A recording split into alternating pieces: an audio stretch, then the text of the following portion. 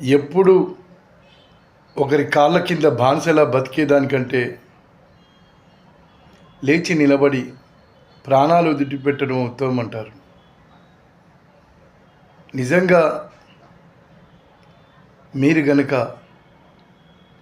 మంచి ప్రణాళికలతో ముందుకెళ్తే మీరు విజయాలు సాధిస్తారు. వాని బర్త్డేలకు వీని బర్త్డేలకు తాగి తందనాలాడి తిని ఎగిరితే ఏమొస్తుంది? ఆలోచించుకోండి. బానిసలుగా బతకడం మానేయండి.